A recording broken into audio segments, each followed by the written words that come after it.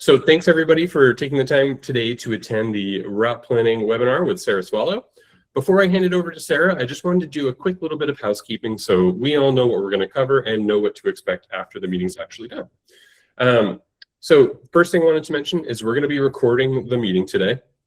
Tomorrow, I think once we get our finished recording from Google, we're going to upload it to our YouTube channel. So if anybody wants to reference the information we talk about after today, YouTube is where it's going to be. So Sarah is going to be doing the presentation, and while the presentation is actually going on, we're not going to be taking live questions, just so there's not any interruptions or anything like that. But I will be sitting in the chat of this Google Meet. Let me actually just plug something in there. There's a little dialog box on the lower right-hand corner of your screen. I will be chilling in the chat, so if you have any questions that come up in the moment, maybe it's a technical question about Ride with GPS, maybe you're wondering if a certain feature covered is under a certain subscription level, feel free to enter those questions in there in real time. I'll be happy to answer them. At the end of the presentation today, we're going to be having a little bit of live Q, or sort of live Q&A, but basically I'm going to be feeding Sarah some questions that are coming into our chat. So if there's something that you really want to ask Sarah before the meeting's up, enter that into the chat and I'll make sure it gets asked during our Q&A portion. And then the last thing that I wanted to just reiterate once more, there's a ton of people in this meeting today, which is awesome. Make sure to leave yourself muted just so we don't have any audio issues. If I see somebody come unmuted, I'll go ahead and mute you for it. With that said, that's enough from me. Let me hand it over to Sarah. Thanks again for popping in today. And yeah, any questions come up in the moment, put those into the chat. Thank you so much, Dylan. Hi, everybody. Thank you so much for joining me today. The plan today is just to kind of go through the Ride with GPS route planner on the desktop. So I'm going to start sharing my screen here just to show you kind of what my process is. And what we're going to do in the beginning is kind of focus on the basic route building functions, and kind of as we go later into the hour, we're going to start getting into some more advanced stuff. And so I'm going to be working with a route that I've been developing for my event, Ruta del Jefe in Southern Arizona. And then I'll also share some work that I've done on the Tour Divide route to kind of keep that route updated and divided into sections, which a lot of people request. So with that, I'm going to start sharing my screen. Let's see here. Okay. So this is where we're at with the route planner. I'm just going to kind of minimize this guy here. And so when you get to Ride with GPS, this is where Route Planner, this tab right here, will lead you. This is showing up kind of where I'm at in Tucson, roughly, but the route I'm going to be building is outside of Patagonia, Arizona. So I'm just going to type that in here. And that's just going to send me just a quick jump. So I'm technically not starting directly in Patagonia. I'm starting at a nursery that's right around here, but I don't exactly know where it is. So I'm currently in the Ride with GPS base map. So I'm going to switch over just real quick to Google Hybrid mode, which is going to show me some more of the Google map kind of reference points. And I'm actually looking for this location right here, Borderlands Nursery and Seed. So I'm just going to click there and start right here. And before I start like building this route, I just kind of want to share like why I like to build routes on the desktop versus the iPhone, and when is the right place to do that. And really, the desktop for me is just easier to use. You know, like I'm sitting at a computer, I've got better posture, I'm looking at a larger screen. I can kind of expand these tabs and have better reference points here for where I'm at. Navigationally, and all the tools are kind of listed kind of at my fingertips. the building the route on the app is a great tool when you're actually like in the field, because it has all of these tools that you can do, just right from your phone. But, again, it's just like using a really small device to build kind of a route. For me, is just a little bit more challenging. So I like to do kind of the route research, the route development, all on the desktop. And then if I need to do modifications in the field or kind of create a new bailout route on the go, that's when I use the Ride with GPS app. Yeah, so just first thing first, I'm just going to kind of go over like what we're looking at here. So this is kind of the main screen. The first thing I just want to show you, which I already did, was just the difference in base maps here.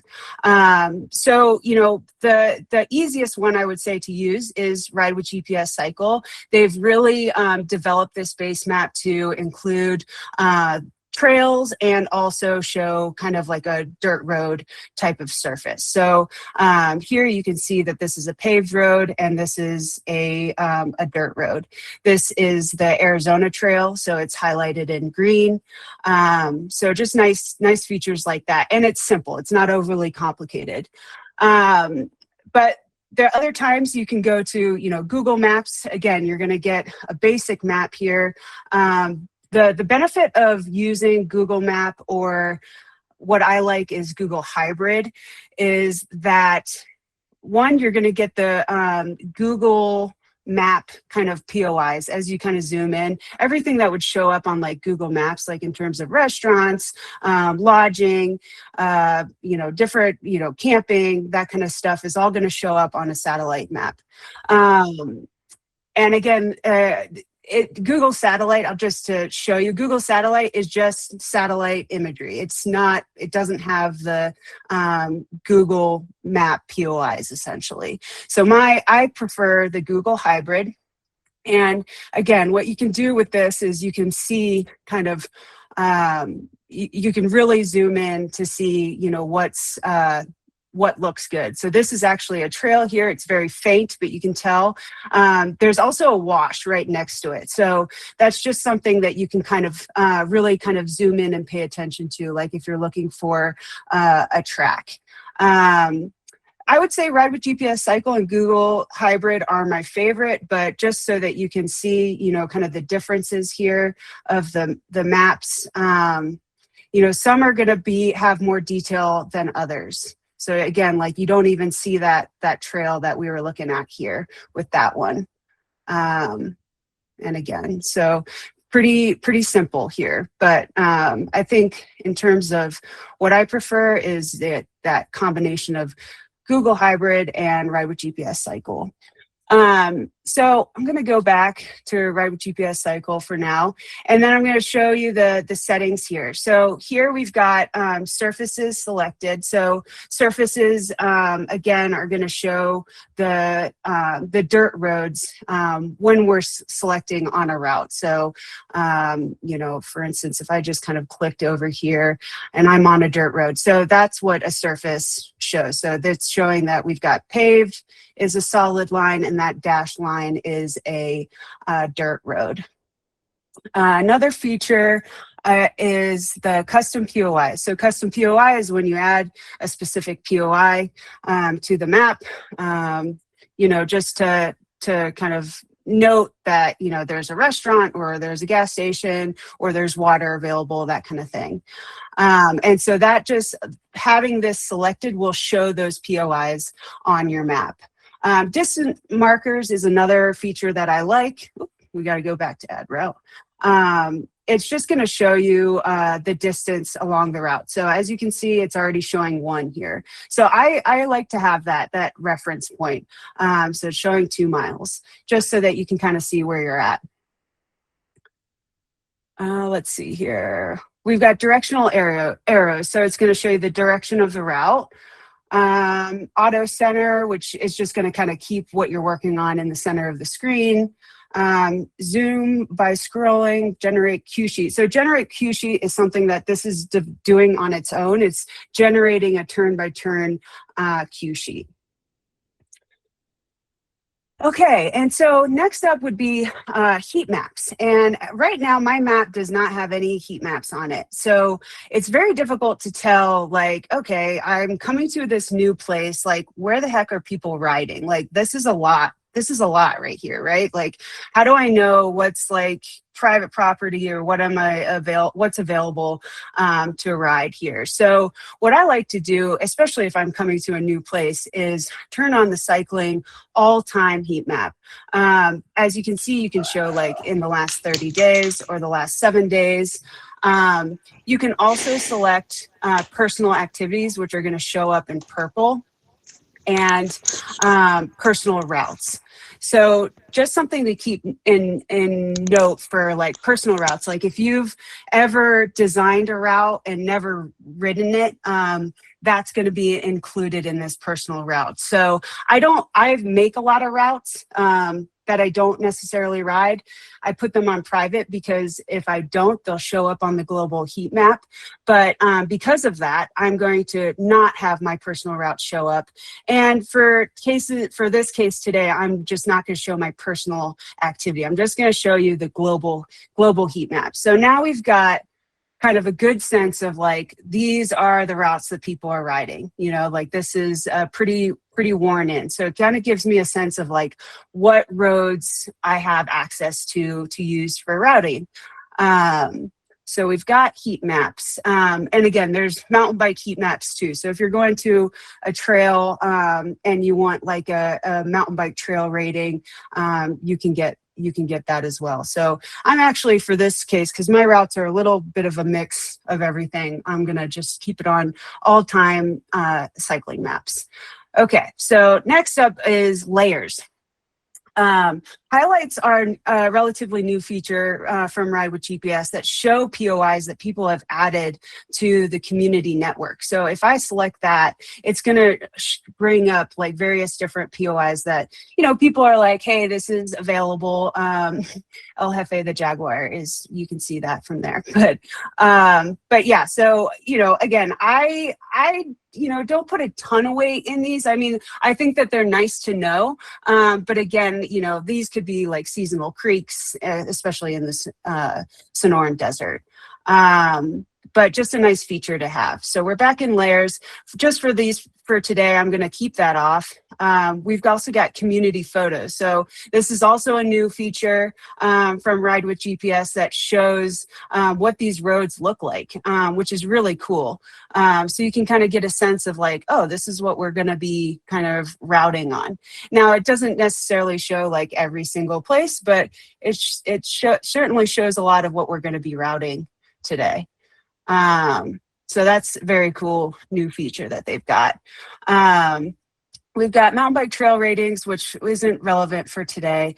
Unpaved cycling, which we're going to highlight. So we want that it's just highlighting the dirt roads, which is what we're after for Route to Del Jefe. Wind. This is a really nice feature as like you're developing a route or about to head out, you've mapped a route and you're kind of wanting to see what the wind features like or what direction the wind's coming. This is going to show you. And just for fun, I'm actually just going to switch over to the Tour Divide route just so that we can kind of see what the racers who are currently doing the Tour Divide are experiencing wind-wise right now. So right now it looks like, you know, let's see, a lot of them are kind of, the leaders are kind of crossing into the basin. So this is the basin. So they've got a bit of a tail crosswind into Colorado right now, which is very cool. So just a nice little feature to kind of highlight. And, you know, as you zoom out, you can kind of see, oh, what are the patterns throughout the country, especially if you're going on like a big cross-country trip. And then, again, you can kind of do direction only, speed only. So I'm going to unclick that. And now another helpful feature, especially this time of year during the summer, is the NOAA air quality feature. So right now, thankfully, we've got pretty good air quality in the West, especially for these like Tour Divide racers, they've got really good air quality. So there are little pockets, as you can see, and later in the summer, these pockets are going to be a lot bigger. And then as you can kind of see down here in Texas, it's going to show kind of less air quality. And then this is the scale to judge it from. So and then another feature under layers that I really like that I was actually just using for a client was the snow depth. And the snow depth was really interesting this year on the Tour Divide. They actually had a lot of snow in the, despite how dry it's been in the West here, there was a lot of snow up just south of Banff this year that they kind of had to hike their bikes through. So as you can see this, I've got my my mile markers on here. So this was about like a 5-mile section of, let's see what the scale is, about 2, anything between 2 and almost like, well, at this point, it's about 2 to 6 inches. But, earlier, like later last week, it was a lot darker purple. So the snow is melting out, and you can see that here.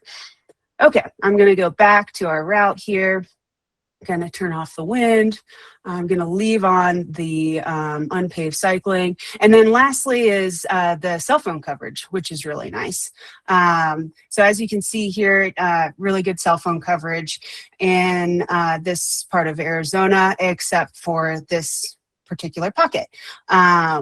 And yeah, and this is going to obviously just kind of be varied, but yeah, there's little areas where there's not very much cell phone signal.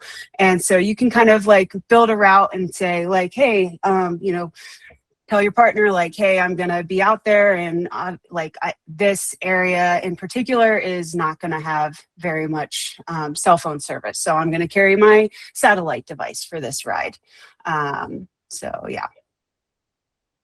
Okay, so we're going to just turn off those just because that's a bit of a route study kind of feature. And we're going to go into kind of the route building features. So now I'm looking at the right-hand column here. And as you've seen, as I've been kind of talking about these different layers and settings and base maps, I've been clicking on the map and the route's kind of been going like that. Because the reason that is that I have add to route selected on here. So when you have add to route, this line is going to pin to whatever line that you want it to pin to. So so that's what that one's going to do. Now, while you're here, you also have the option to go into walking mode, which like if you're going to follow a particular trail, it just is easier to kind of follow that trail. There's also driving mode. I would say I rarely toggle between walking and driving mode just because unless I'm routing routes in like different countries, for some reason, sometimes you'll route something and you'll get a notification on Ride with GPS that says like you can't route this road or something like that. And sometimes it's just best to kind of toggle between the walking mode and the driving mode to see if it makes it happy. The one feature that I do use quite a bit is this draw line mode as well. So the reason why we would use that particular feature is, for instance, this trail that exists that we can't really see. We see a little bit of a heat map right here, right? So I'm just going to switch over to hybrid mode so I can get a better sense. And even on hybrid mode, I'm just going to see, because it does look like there's a bit of a this gray kind of trace here that has the label. So because that's there, I'm just going to switch over to bike mode and see if it allows me to follow that. Okay, so it's letting me do that. Now, if I was in Ride with GPS cycle mode, it would not let me do that. So that's what happens. So this is happening right now. So I'm just going to kind of show you another feature. Well, okay, so this is where we're just going to show you the draw line. So I want to go on this road, but I'm in this base map. So I'm just going to kind of bring this over like this. And then I'm just going to draw the actual line of where I want it to go. And so now we're here. And now that I'm back on this kind of dotted line area, I should be able to kind of track and follow this route. And okay, so that is the add route feature right here. Custom POI, we kind of talked about that earlier. We'll just add a POI here. This is the Borderlands nursery and seed. And then we'll just give it kind of a location. Let's just say this is where we're parking. So that's going to be your POIs. You put POIs in, like, for instance, where there's food, where there's going to be water, anything relevant, where there's going to be like a nice lookout that you want to call out. And then, yeah, so the next piece is like this control point feature. And so this control point is, we're talking about these little points on the route here. So I've routed this section of the route right here on this kind of trail, but there's also another trail right here, which I actually have decided that I want to put the route on. So in order to do that, I'm going to lock the route where I want it to, remain in place. And I'm going to remove the control points that I no longer want it to be locked to. So what that looks like is just to show you. So I'm going to put a lock right there because I want the route to resume, and I want the route to kind of start here. And I don't want this. I don't want any of this anymore. But if I was in add route, if I tried to do that, it's not going to let me do it. It's like I'm dragging it, and this is what's happening. And it's like, oh no, like, what are we going to do? Okay. So what we do here in this situation is we go to control points, and we just remove these control points. And just make sure you get all of the ones that you don't want, but leave the ones that you do want. So what happens, like, if you were to move this entire route without these control points locked in, your whole route will move across the map. So it's important to kind of pin the route to where you want the end and the start point to kind of resume of this section that you're changing. And so now that I'm ready to kind of move the route, I'm going to switch over to add route mode, and I'm going to drag it over to this line, as you can see. So there you go. Let's see here. What else do I want to cover on this page? So down here, we've got these are a lot of routes. This is going to be more of like some advanced routing features that we will get to towards the end of our hour. What else is here? We've got the elevation chart here as well. And as we do this, it's going to kind of show us, like, this is the altitude that we're at. This is the amount of feet we're climbing. This is the amount of feet we're descending. We can also turn on grades as well. So that can show us where the steep stuff is. And on the left here, it's just tallying. This is essentially your tally. So honestly, this information is not super relevant for me right now. We will kind of come back to it when we save the route. We will also use it for some more advanced route planning. So I'm just going to start kind of building this route out now. And for now, I'm just going to kind of minimize that. Let's see here. Yeah, so I'm going to make what we're planning for Route to Del Jefe. And, this particular area in Southern Arizona is an area that I'm very familiar with. And so I know most of these roads.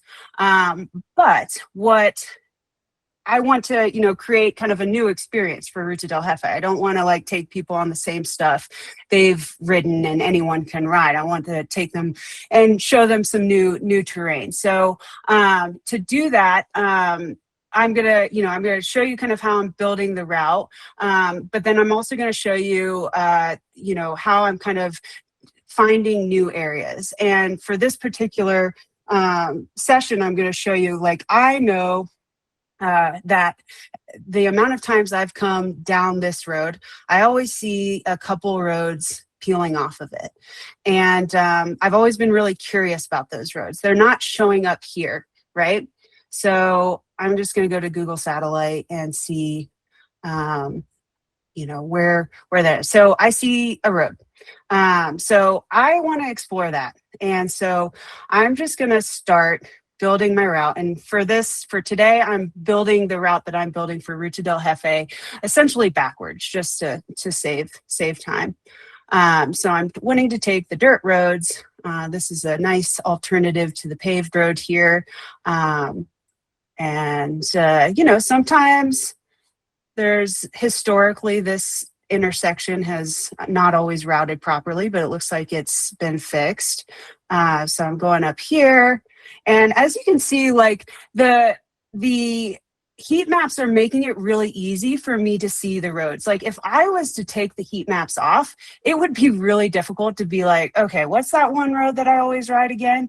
It's labeled, but when you start looking at a bunch of lines like this, it gets pretty confusing. So the heat map is just nice because it shows, this is the way to go. Because there are a lot of dead end roads. There's a lot of kind of pockets of private property in this area. So even though a lot of these roads are showing up on a map, they don't always go, and they're not very, rideable or ideal to include on a route. So, but for this purpose, I'm going this way, and I want to figure out what's possible in this area. So first thing is I'm going to go back and go into Google satellite mode. And so there are some lines here, right? So there's obviously something that's here, but then it kind of just peters out. And there are no tracks. So I'm going to just, see what we can do. I really just zoom in, and there's actually two ways of going. So I'm going to kind of find that upper way. Yeah, here we go. So as you can see, there is a road. And as we trace it, you really have to zoom in. You can see that this road, it's going all different directions. There's multiple ways of going.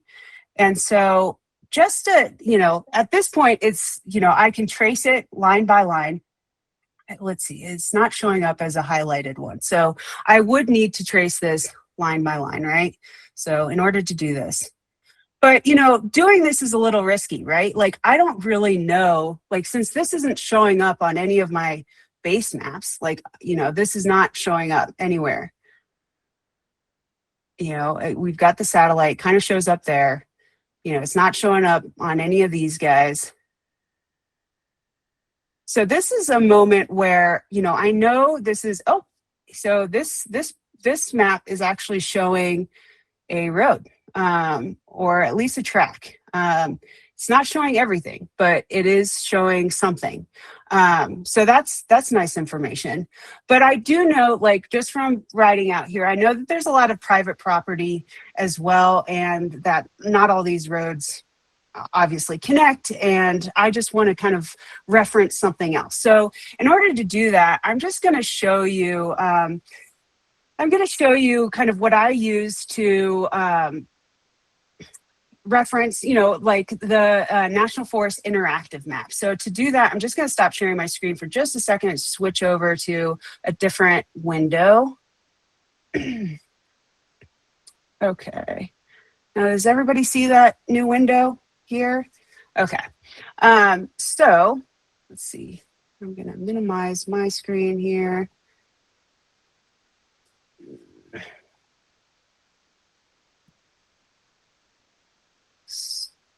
Here we go.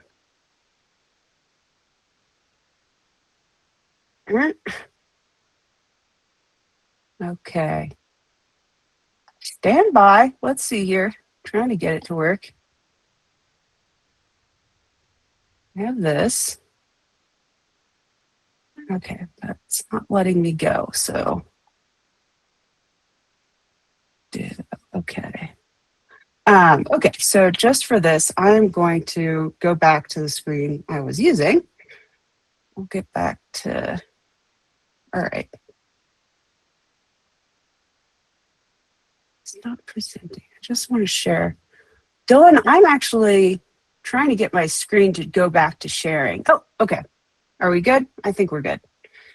All right, so just for this, I'm going to switch over to USNFS interactive map.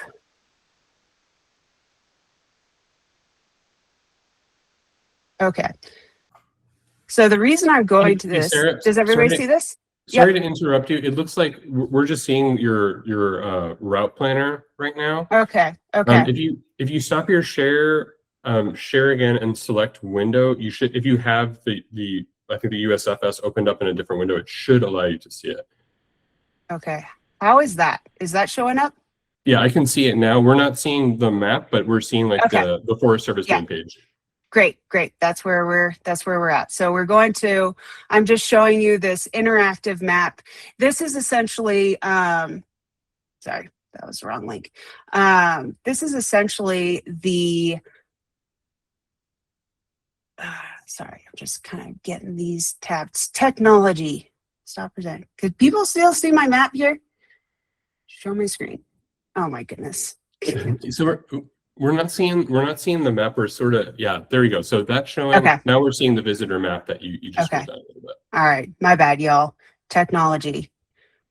Okay, we're going to, okay.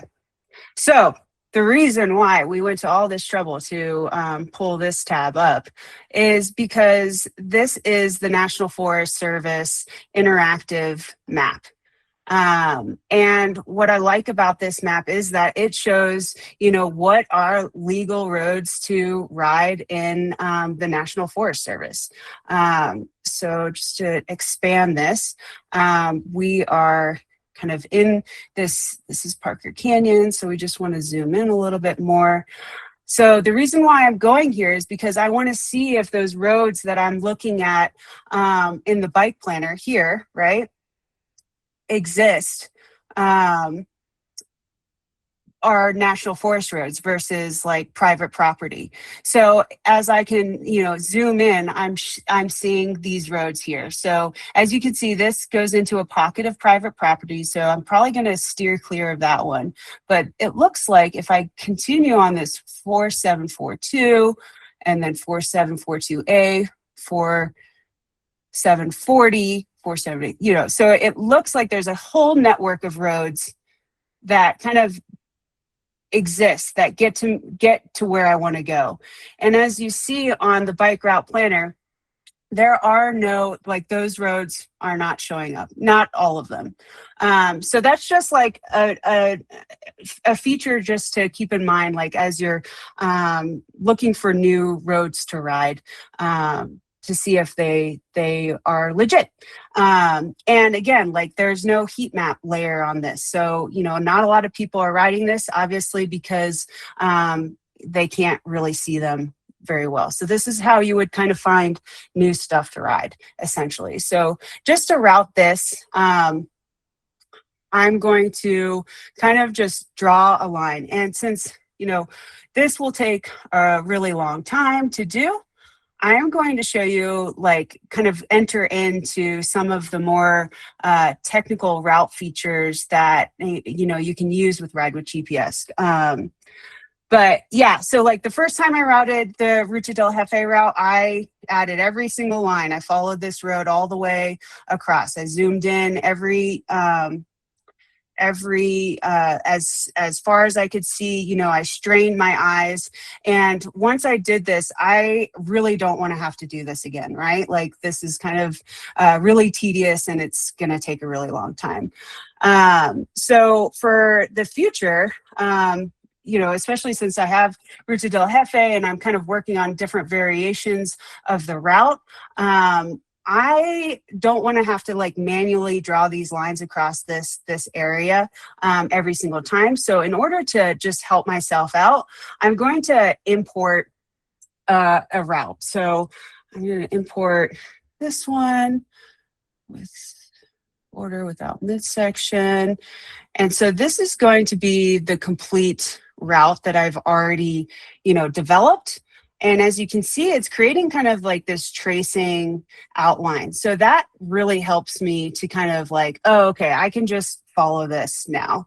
I'm just going to trace this line. I don't have to zoom in as far. I can just kind of, you know, roughly kind of get it following that, right?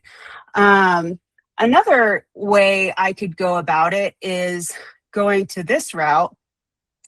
And this route, I would have to go, this is the section, and I could select. So in this case, I could drag and select this entire section that I want to include on my route, that the roads aren't available, and I can save as a new route. So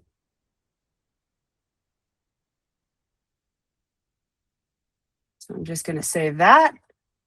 And if we go back to Route Planner and go to my unnamed route here, I'm going to import, and this is where my my new route that I just saved is, and it's right here. So again, like, it's just, you can add the sections in. So now if I wanted to say, like, make this section part of the route, what I would do is, let's see what happens. Yeah, so it's not going to allow me to kind of select that right now. But again, it's a nice feature just to kind of like trace into the route. Let's see. So that's kind of, this segment feature. The import feature. I kind of wanted to show you guys the tour, like what I do with the tour divide, and how I'm kind of like updating that route. So I'm providing a resource, kind of every other year or so, for the tour divide racers, where I'm updating the route to the race route, which changes every year, and I have a route with POIs, and I'm updating it to the race route, and I'm also breaking it into smaller sections that are more digestible for like people's GPS devices and their iPhones. So for this, again, just to simplify things, I'm going to turn off some of these features, and even I'm going to turn off the custom POIs just for now. Yeah, so for this route, I'm going to edit it. This is the 2023 resource that I made, but now we've got a 2026 route. So I want to update this route to the 2026 route without having to totally redo all of my POIs, right? So the way to do that is to go to Edit in Planner, and then I'm going to import. I've already uploaded the tour divide, official race route GPX file, which is this file here.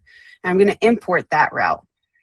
So, from zoomed out, I can't really tell a huge difference. But with this kind of thing, people are really relying on this route to, follow and actually race.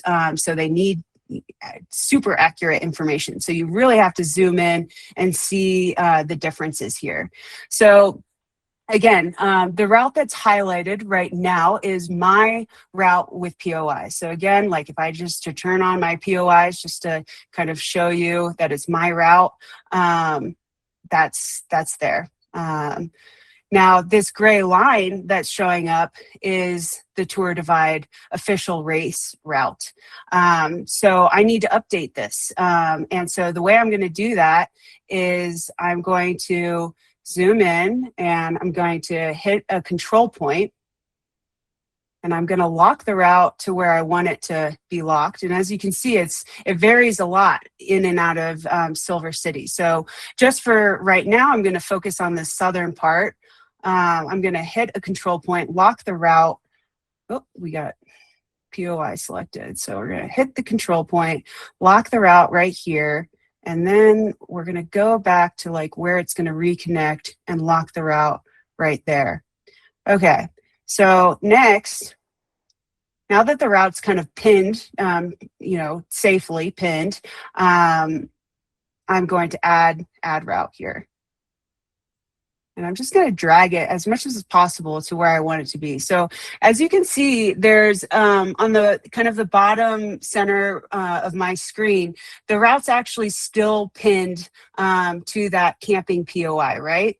So I want to kind of move that. So I'm going to go back to the control point. You can actually just from add POI, you can drag it well, let's just move that out of the way.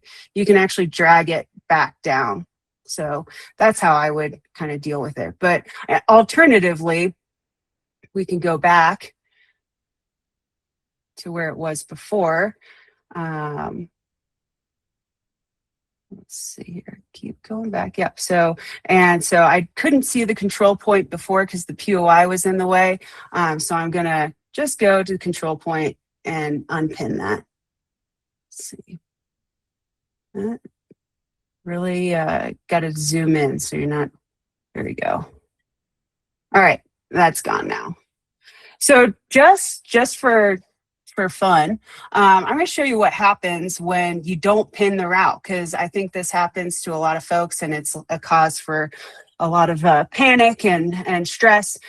So I haven't pinned the route, you know, like there's actually, you know, because yeah, there's some pins here and there, but there's not very many pins. So if I forgot to pin the route in this case and I just dragged this route, you know, right now it's doing okay.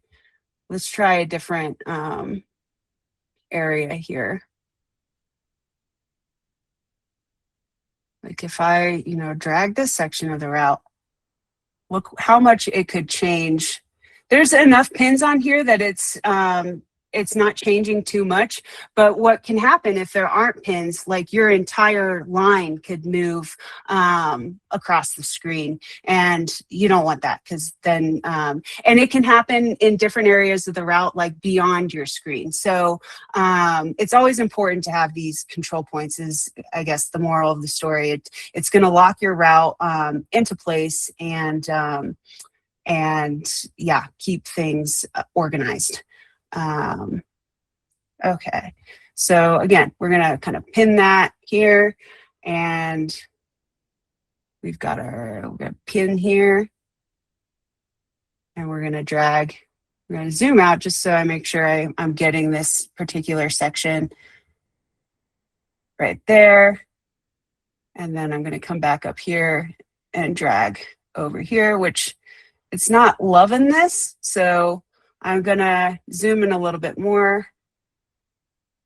And it's not loving it because there's a bike trail here. So as you see, this got a little messy here. So I'm gonna try to clean that up and see what happens. So that looks a little better. But again, it still wants to just not, oh, and there we go. So sometimes you just have to kind of zoom in a little further and create more points. And again, I'm not gonna update this whole route right now, but just to show you kind of like, for this section, you know, you have to add a control point. You got to drag the route to where it's at. And again, this is kind of, I'm showing you all this just in case you have to ever update a route and you don't want to have to lose all of your POIs and all that stuff. So, and again, this is something that I do for people because people don't know how to do it. And so that's another reason why I'm kind of showing folks how to do it, because then you don't have to, it takes, you know, it takes days, weeks to kind of get all these POIs on here. So it's kind of nice to just update the route versus recreating all these POIs every single time. Okay, so now I want to show you kind of like how to break a really long route up into sections. So in order to do that, I'm just going to make things a little simple and just turn off the POIs for now, just so that we can see the line. And in order to, we're going to be, I'm going to actually remove the Tour Divide Race route just to keep things less complicated. We're not going to use that anymore. But say I've updated this 2023 route to be the 2026 route, and I am ready to break it up into sections for my GPS device and for the Ride with GPS app offline. And it's just good to have smaller files just because it'll help your device to load more quickly. You're not going to be waiting around for it to load. So I like to break routes up into like 250 to 300 mile sections. So the way to do that is using this feature here, the split route feature. So when you hit this, let's see, it's going to just kind of guide us through. So right now it's saying just click anywhere on the route that you want to break it up. So I'm just going to make sure we've got the mile markers. Yeah, distant markers are labeled. And so we just want to zoom in and find, okay, where's roughly, 300. Okay, so Eureka. So it's starting in Banff, and I want this first section just to go to Eureka. And so I'm going to click that. And as you can see, a new route has been labeled. So now the whole Tour Divide route down here is, this route. It says unnamed, and then my new section is this route. So I'm just going to name this section right now while I'm in the process. So I'm going to say this is like section 1, and this is Banff to Eureka. And then I'm just going to click down here and continue with my route splitting. So again, I want another 300, almost 300 miles. So I'm just going to kind of see where that is. I like to kind of bring it to towns just so that, like, if you are having a problem loading the route, you're in a town. So this is Lincoln, and I'm going to split the route. I'm going to hit Lincoln. Just wait a second. And then again, we've got another little section here. And then the rest of the Tour Divide route is south of Lincoln. So right now I'm going to set name Eureka. Eureka to Lincoln. Sorry, there we go. And then we'll just make sure it's O2. And I'm naming it O2 just so that it shows up in order on my GPS device, or in a collection kind of thing. Okay, let's see what else I got. So that's splitting route. And again, like, you've got lots of different features here for, you can, if you routed a route and you want to totally reverse it, you can reverse it with this button. I don't really use the out and back. Duplicate is just, duplicating the route. Yeah, so those are kind of features. One feature I do tend to use is, let's see here. We'll go back to this route here. Work with the one that this is kind of the final version of Ruta del Jefe that I'm working with right now. And just for right now, I'm just going to kind of remove these routes just so that it's less complicated. And I want to bring this Ruta del Jefe route to a point where, I'm ready to, like, deliver it to my participants. But I want to give my participants kind of like a heads up as to, like, what they're going to experience, right? So I want to, like, kind of call out some of these really technical sections that I have on the route. So one of those technical sections is over here. It's called Gualote Flats, and there's, a negative. Let's see if we look close. Yeah, we see a negative 21, but I think at times it goes negative 30 percent grade here. So I really want people to be aware that this is kind of a dangerous section, and they just need to, I want them to be cautious, right? So what I'm going to do is I'm going to highlight this section here. From here to about, honestly, the rough stuff kind of starts over here. So I'm just going to kind of start it there. And I've highlighted this section now. And so I want to change the color. I want it to be black, triple black diamond level here. So I'm just going to call that out and bring that here. Again, you have to, obviously share with people that this is black means that it's dangerous. So just to kind of add another warning sign, I'm just going to create a custom POI. And let's see, I'm going to put caution. Rough road, very steep decline. And then I'm going to use caution. So now I've put a POI just to give people a heads up as to what they're looking out for. Now, the rest of these roads are, pretty, like, I like to kind of be really specific as to like what they're going to encounter. So, like easy dirt roads, I'm just going to kind of leave as red, right? But something that's, slightly not as challenging as this one in particular, but slightly more difficult, I'm just going to make yellow. So this section in particular, it's not extremely difficult, but it's, slow going. There's some rough sections. I just want people to be aware that this is going to be a time-consuming section, and just a heads up.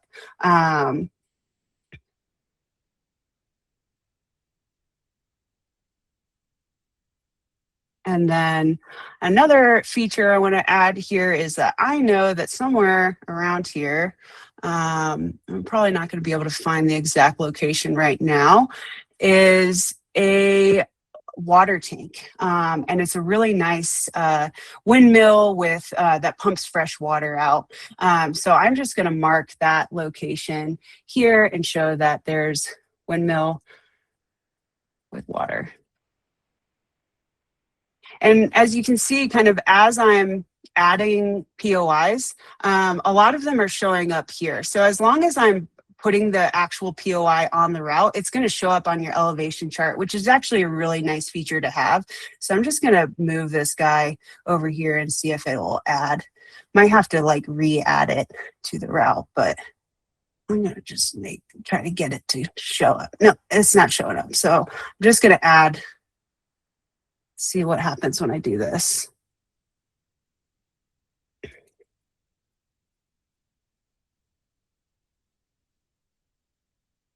Oh, it's not showing up on the elevation chart right now, but it might show up a little later. But yeah, so that's kind of where we're at. I think let me just look at here what else I may have had planned for mentioning, but yeah, I think I've covered everything, Dylan. So I think I'm ready to take some questions. Share my stop sharing my screen. All right, Sarah, thank you so much for that. I was just finishing up in chat. We have a couple of questions that are sort of tech related that I'll sort of I'll save for just a minute here, but I want to give you a few that came up pretty consistently. Okay. So one question that I thought was a really awesome question, it's kind of a general one, is for you personally, what's the difference between a good route and a great route for you? It's a very, very broad question, but there's a lot of different ways you can answer that. Yeah, I think good versus great is going to be heavily dependent on like your preferences, and yeah, each individual person's preference. So like, what is it that you like? What kind of terrain do you like? So for me, because I make routes for other people, but also because I'm, more of like an adventure cyclist. So I kind of like the rough stuff, but I don't like the rough stuff the whole time, right? So I like a lot of variety. I like to feel like I'm in a really remote, tight area. And then I also, that might be really slow going. But then I like to kind of make some progress and ride like a smoother road. So I think like a great route is one that has good flow and variety and is not masochistic, like it's not like beating you down constantly. You kind of want a little reprieve, a little challenge, a little reprieve, a little challenge, a little reprieve. And obviously, great scenery and smaller roads are nice, like big wide open roads can kind of feel you're more exposed, a bit more boring for me personally. So just kind of a variety. Awesome. One of the other questions, this came up outside of the chat. This actually was just Slack to me from somebody, I think, who was coming outside of this. But so you obviously use our service for creating routes. And I think people are actually a little interested to hear about your setup for actual navigation. Do you use an external GPS device? Do you also use the Ride with GPS app? And sort of why you might do both of those, or one or the Yeah. other? Definitely. So yeah, I'm always using Ride with GPS to kind of build my routes. And then when I'm done building my route, I export it or I pin it to my library, and it shows up in my Garmin like 1050 Explorer. I think that's what it's called these days. But it's, it's a Garmin navigation device, solar powered. And so I use that front center of my handlebars. That is where I am following the line. I'm looking at my elevation chart. So I'm using that as I'm riding. Now, I also download the route offline on the Ride with GPS app. And I use that as kind of a reference point as to like zooming out and like where I am on the route, what POIs are ahead, like where's the next POI, what's the distance to the next feature or water or resupply. All that information I get from my Ride with GPS app. So I actually have like a phone mount and a Garmin mount on my handlebars at all times for the most part. Yeah. Awesome. Okay, so I have a few. These are a little bit more technical questions, and Sarah, if you don't either know or are able to demo these, let me know, and I'm happy to share my screen over. Cool. But the question that sort of continually is coming up in chat is about changing the start for planned routes. So I think from my perspective, there's two ways to look at this. There's doing it with a loop, there's doing it with a point-to-point, and people were wondering if you'd be able or willing to demo that. I could demo it. I mean, let me just play around and show you how I would go about doing it, and Dylan, maybe you'll have a different way. But, that's the thing about Ride with GPS is that there are lots of ways to kind of get these things to do what you want. So if I wanted to, and again, Dylan, chime in here and then I guess I'll start sharing my screen again, but chime in if you're like, oh, I've got a better way, For sure. So I'm going to start sharing my screen again. Hopefully this goes smoother than last time. All right, here we go. I'm just going to minimize this guy. Okay, everybody see my screen now? So if I was to change the start location of this route, I would first want to kind of pin generally the work that I've got so far. So honestly, one way of doing that is just adding a control point and then dragging. Oh, so I'm in, the reason why this is happening, why is this happening, is because I'm in control point. But if I go to add to route and I do this, it's going to track to this. So say I'm like, I want to start in Tucson, I want to ride to this Ruta del Jefe and, ride there. Look, here we go. We'll try that again here. Got to zoom out to see Tucson. But, so if I want to really start the ride, we would go all the way to Tucson. And again, I would, from here, it's tracking on roads, but I might want to, it looks like maybe a busier road. So maybe I would want to change kind of the direction that it's taking. So for instance, I'm going to add a control point to Green Valley and I'm going to drag this over to this line here, because I know that this is what way the shootout in Tucson goes. So yeah, so Dylan, does that kind of Oh yeah, that's a great demo. So what I would sort of quickly say on this is what Sarah did, which was awesome, was just click this. If you have a point-to-point route, you click the start icon, you drag it over to where you want the new start to be. If you want to prevent the rest of your route from changing when you do that, add a control point just after that start point. That way, when you click and drag, the only thing that changes around is just what's before that first control point. The only other thing I'll add there is how to change a loop route, because this isn't totally obvious, but it's really, really simple and easy if you know how. Let me share my screen for just a second. I'll show you.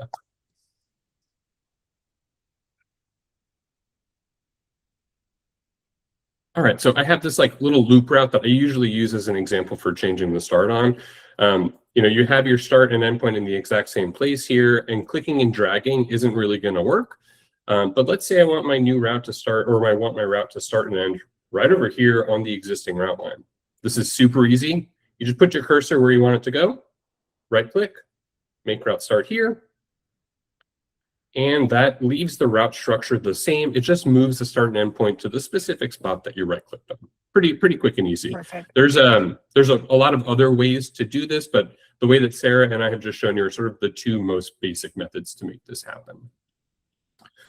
All right, let me look back at my little questions list here. Let's see. Oh, so this was, I'll take this question because it was a little technical. Are there maps equivalent to the USFS roads that can be used in countries like Europe? So, you know, we're sort of constantly bringing in new map types to ride with GPS. We don't have any that are like really specific to Europe. I would mention, like, if you're in Europe and you're trying to see where all of the camp spots are, or like really specific trails that are running through more forested areas, that'd probably be worth like a solid Google just to see if there are any of those services. But one that I actually do recommend, especially for people in Europe, is twofold. I'll share my screen over while I talk about this for just a sec. Okay, so there's a whole bunch of different map types. Obviously, I'm not in Europe right now, but I'll show this to you real quick.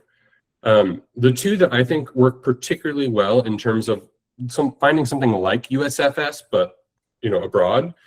One is OSM Cycle. This sort of shows you like a much more vivid visual representation of bike infrastructure. So like official cycling routes. If you're in Europe and you turn this on, you'll see Eurovelo routes all over the place. They're actually indicated on the map by like a little EV nomenclature along red lines. So you'll see that. The other one I would recommend is OSM Outdoor.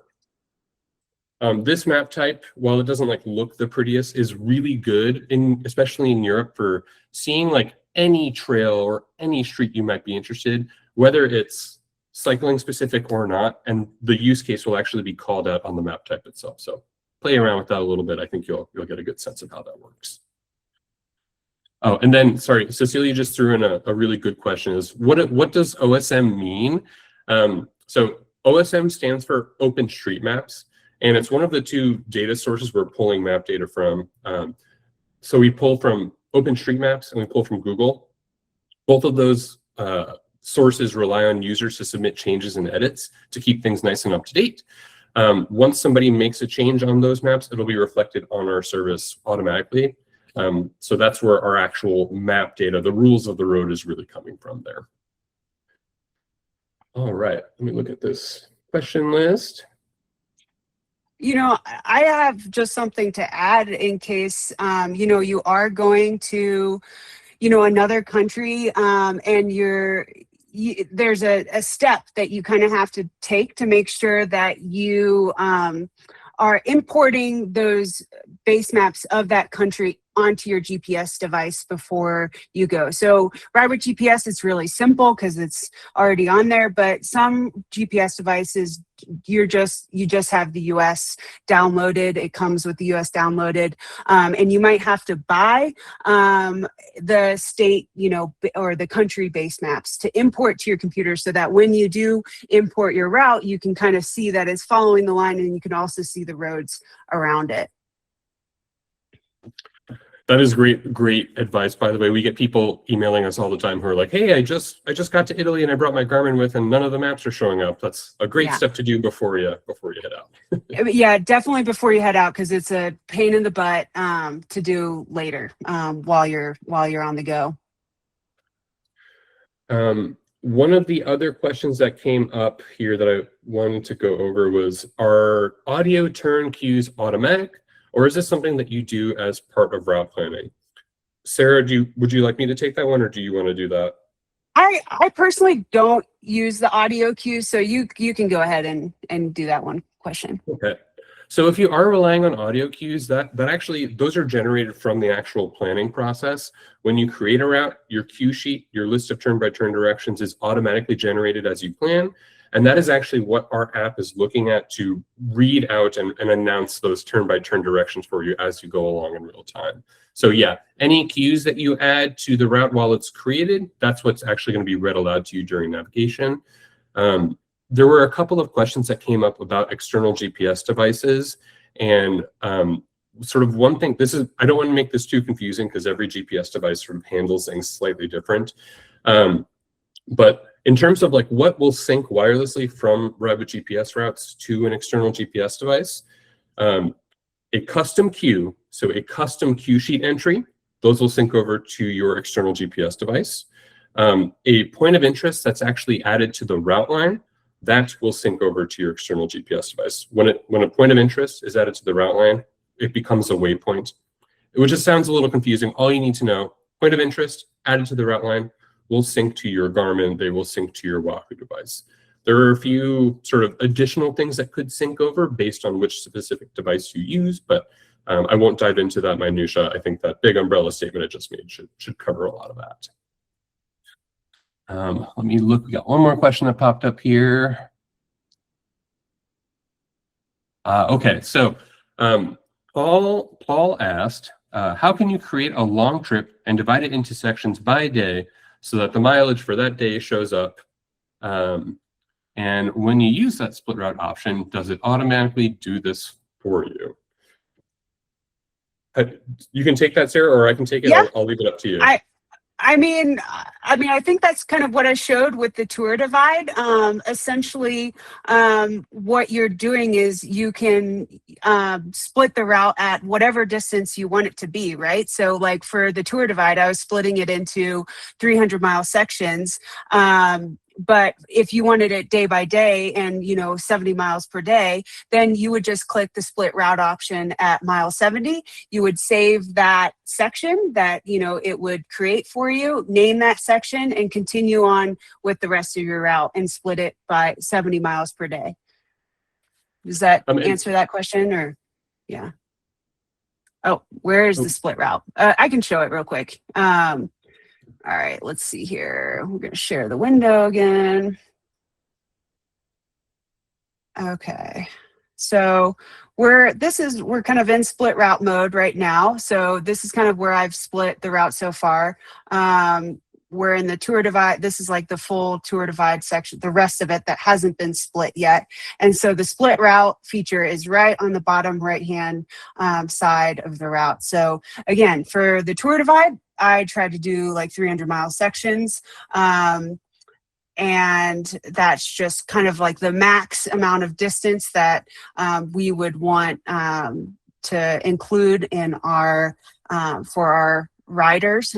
So, I'm going to kind of make it a little short and kind of cut it off at, actually, I'm going to do it at Lima. So to split the route, I'm going to hit split route. And again, the instructions right here really make it easy. And I'm going to hit the route line of where I want it to split. And look on the left here, because it's going to create a new 325-mile route that I'm going to set the name. And this is going to be Lincoln to Lima. And just name that again and just click off of that. And then I can continue on doing that. So, yeah. And to clarify on some questions that came up here, so when you take a route and you're splitting it into individual segments and saving them, you're saving those segments separately from one another. So if you take your route and you split it up by day, you have big trip, 7 days. Each of those individual days is one portion of the trip, and those would need to be like synced to an external GPS device separately, if that's what you're asking. Dylan, actually, let me go back and show people the actual save, because this is a really important point, because if you, I'll just show you real quick.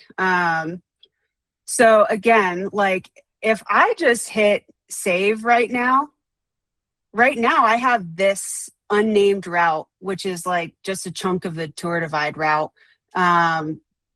I would be saving that, which is not what I want. I actually want to save each of these individually as I go. So I'm going to hit save right now. And it's going to say, what is this good for? It's going to be gravel, mountain bike, all this stuff. I can even create, a new, can I create a new collection here? I can't, but I can add it to a collection. But I'm going to hit save route. And so this is key. because it's going to say view route, and it's going to take me away from the route planner where I've created all these different sections. So I don't actually want to view the route. I just want to X out and go back to what I was doing. And so I'm going to make sure that this saves too, because I don't want to lose my work, right? So I'm just going to select this route. I'm going to save it. I don't want to overwrite that. I want to save a new route. And I'm just going to save the route. And once that's saved, I'm just going to X out of this and keep going down the line. So I just wanted to make sure I showed that, because you can easily save something and you think you're saving the whole collection here, but you're really not. You have to go down the line and save each individual section as its own route. So a couple more questions on split route. When we use a split route tool, does it keep the full route connected still? So like when you actually go and you save the route, you'll have the option to save as new or overwrite existing. If you save as new, it'll save that little split segment in addition to the original, leaving the original untouched. And I don't mean to, I'm not trying to hijack this from you, Sarah, but there's one sort of nerdy support style bit I want to add to this, because I think this would be useful for people to know, especially if you're doing long epic rides like Sarah is. When you have a really, really big route, like a huge route, let's say it's hundreds, if not 1,000 or so miles, the file size for that route is very big too, which could potentially cause problems when sending it to an external GPS device or even in using in the Rabbit GPS app. If you have a really big journey and you want to split it into individual segments, you could do it by day, but you can also split it into sort of chunks, and I'll explain why that might be helpful in a sec. The magical number, though, the longest you'd want to keep any individual segment of your route is to about 250 miles or less, 400 kilometers or less. That's like the perfect file size that works when you send it to a Garmin, works when you send it to a Wahoo, works pretty much wherever you end up using it for navigation. And the last thing I'll throw in on this, in order for navigation to work in our app or in an external GPS device, you just need to be on the route line moving in the direction it was planned. Let's say you are starting navigation 250 miles in on a 500-mile route. Navigation will pick up from the point that you join that route on forward, which is nice. So you don't necessarily need to split your route up by day, especially if you're doing something very long. You can just sort of pick up where you left off in the middle of that existing route. Just wanted to put that out there. All right, well, that looks like sort of the end of these questions here. As just a quick little bit of follow-up from my end, I'm going to plug my email address into the chat. If anybody does have follow-up questions, concerns, covering what we talked about here, what Sarah brought up, you're welcome to email me. My email address is Dylan, D-Y-L-A-N, @rabbitgps.com. I'm always around, happy to address that stuff as it comes up. And then within 24 hours or so after this recording is officially over, we'll get it to our YouTube channel so everybody can take a look at it. But Sarah, I wanted to just turn it over to you again and say thanks for doing this with us. If you have any parting notes, feel free to throw them out there. Yeah, thank you everyone for joining. I think like route building and building your own routes is like an incredible skill that allows you to see really new places and experience new things, and also feel really independent doing it. And you don't have to rely on other people and do other people's idea of fun. You can do what's fun for you and kind of design that your own way. So yeah, it's a great tool. I hope this helps, and yeah, happy routing.